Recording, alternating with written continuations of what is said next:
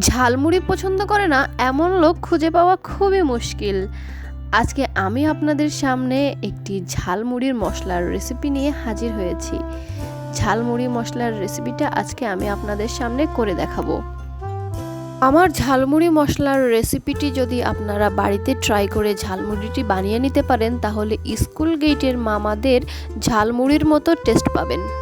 ঝালমুড়ি বানানোর জন্য প্রথমে আমি একটা বাটিতে 3টা মশলা নিয়ে নিচ্ছি। আমি 1 চামচ জিরা গুঁড়া, 1 চামচ ধনিয়া গুঁড়া, 1 চামচ মিক্স মশলা ব্যবহার করছি। ঝালমুড়ির টেস্টটা আরেকটু বাড়ানোর জন্য আমি দোকান থেকে 5 টাকা প্যাকেটের ম্যাজিক মশলা কিনে নিয়ে এসেছি, ওটাও ব্যবহার করছি। আমি সবগুলো মশলাকে একসাথে একটু ভালো করে মিশিয়ে নিচ্ছি। মশলাগুলো মেশানো হয়ে গেলে আমি মশলার ভিতর একটু জল অ্যাড করে দিব এবং জল অ্যাড করে দিয়ে জলের সাথে মশলাটাকে খুব ভালো করে মিশিয়ে নিব। মশলাগুলো মেশানো হয়ে গেলে মশলাটাকে আমি একটা সাইডে রেখে দিচ্ছি। এবার চুলাতে আমি একটি কড়াই বসিয়ে দিয়েছি এবং কড়াইয়ে 250 গ্রামের মতো সরিষার তেল আমি দিয়ে দিচ্ছি।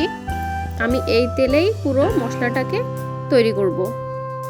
কিছুক্ষণ সময় নিয়ে আমি তেলটাকে গরম করে নিয়েছি। তারপর আমি ওই তেলের ভিতর 1/2 চামচ লাল মরিচের গুঁড়া ও 1/2 চামচ হলুদ গুঁড়া দিয়ে দিয়েছি, যাতে মশলার কালারটা পারফেক্ট আসে। এই জন্যই আমি তেলের ভিতর এই 2টা উপকরণ ব্যবহার করেছি। এখন ওই তেলের ভিতরে আমি দিয়ে দিচ্ছি পেঁয়াজ বাটা। পেঁয়াজ বাটা দেওয়ার সাথে সাথেই তেলটাতে অনেকটা ফেনা তৈরি হয়েছে। আমি নেড়ে চেড়ে নিচ্ছি অনেকটা সময় ধরে। অনেকটা সময় নাড়তে নাড়তে ফেনাটা একবারে কমে এসেছে। এ পর্যায়ে আমি অ্যাড করে দিব রসুন ও আদা বাটা। আদা বাটা দিয়েও আমি কিছুক্ষণ নেড়ে চেড়ে নিচ্ছি। এ পর্যায়ে আমি দিয়ে দিব সরিষা বাটা। সরিষা বাটাটা দিলে ঝালমুড়ির মশলার টেস্টটা অনেকটা বেটার হবে।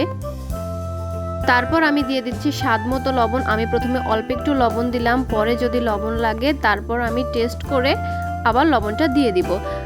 এবার আমি দিয়ে দিচ্ছি শুকনো মরিচের গুঁড়া কালার আনার জন্য। শুকনো মরিচের গুঁড়াটা দিয়ে আমি কিছুক্ষণ নেড়ে চেড়ে নিয়েছি। এরপর আগে থেকে গুলে রাখা সেই মশলাটা আমি দিয়ে দিচ্ছি মশলার ভিতর। তারপর আমি আরও কিছুক্ষণ ধরে নেড়ে চেড়ে নিচ্ছি মশলাটাকে। আমি যেহেতু জলে গোলানো মশলা ব্যবহার করেছি, এজন্য এ পর্যায়ে আর কোনো প্রকার জল মশলার ভিতর দিচ্ছি না। আর আমি যে মশলাগুলো জলে গুলিয়ে রেখেছিলাম, সেই মশলাগুলো আমি আগে শুকনো খোলায় ভেজে গুঁড়ো করে নিয়েছিলাম। মশলাটাকে আমাদের অনবরত নাড়তে হবে যাতে নিচে পোড়া লেগে না যায় এবং চুলার জালটা মিডিয়াম লো রাখতে হবে। এবার আমি মশলার ভিতর 1 চিমটি টেস্টিং সল্ট দিয়ে মশলাটাকে চুলা থেকে নামিয়ে নিচ্ছি। ঝালমুড়ির মশলাটা আমার রেডি হয়ে গিয়েছে। আমি একটা বাটিতে ঝালমুড়ির মশলাটাকে উঠিয়ে নিয়েছি ঠান্ডা হওয়ার জন্য। আপনারা দেখতেই পাচ্ছেন মশলাটা কত সুন্দর হয়েছে। এবার ঝালমুড়িটা মাখিয়ে নেওয়ার পালা। ঝালমুড়িটা মাখানো আমি আপনাদের দেখিয়ে দিচ্ছি। আমি প্রথমে একটা প্লেটে কিছু চানাচুর নিয়ে নিয়েছি। এবার আমি আমার পছন্দ অনুযায়ী কাঁচামরিচ কুচি দিয়ে দিচ্ছি। আপনারা যদি ঝালটা বেশি খান বেশি দিবেন, কম খেলে কম দিবেন। তারপর আমি পেঁয়াজ কুচি নিয়ে নিচ্ছি। পেঁয়াজ কুচি নেওয়া হয়ে গেলে আমি কিছু ধনেপাতা কুচি ও কিছু লেবু কুচি দিয়ে দিচ্ছি। তারপর আমি আগে থেকে ছোলা রেডি করে রেখেছিলাম, সেই ছোলাটাও আমি দিয়ে দিচ্ছি এবং ছোলাটা দিয়ে খুব ভালো করে মাখিয়ে নিচ্ছি।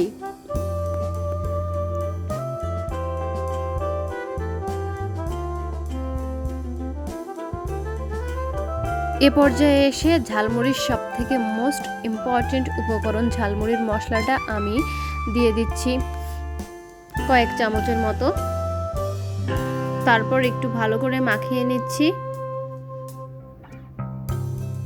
মশলাটা ভালো করে মাখানো হয়ে গেলে এবার আমি কিছু মুড়ি দিয়ে দিচ্ছি। মুড়িটা দিয়ে খুব ভালো করে ঝালমুড়িটা আমি মাখিয়ে নিচ্ছি। আমি যেভাবে ঝালমুড়ির মশলাটি তৈরি করেছি, আপনারা যে কেউ এই রেসিপিটি ফলো করে ঝালমুড়ির মশলাটা বাড়িতেই বানিয়ে নিতে পারেন খুব কম উপকরণে। আমার এই ঝালমুড়ির রেসিপিটি ফলো করে আপনারা স্কুল গেটের মামাদের মতো ঝালমুড়িটি বাড়িতেই বানিয়ে নিতে পারেন খুবই সহজেই। আমার রেসিপিটি যদি আপনাদের ভালো লেগে থাকে তাহলে আমার চ্যানেলটি সাবস্ক্রাইব করে আমার পাশে থাকবেন। আর লাইক, কমেন্ট ও শেয়ার করতে ভুলবেন না কিন্তু। সুস্থ থাকুন এবং ভালো থাকুন এবং অনন্যস ড্রিমের সঙ্গেই থাকুন। ধন্যবাদ।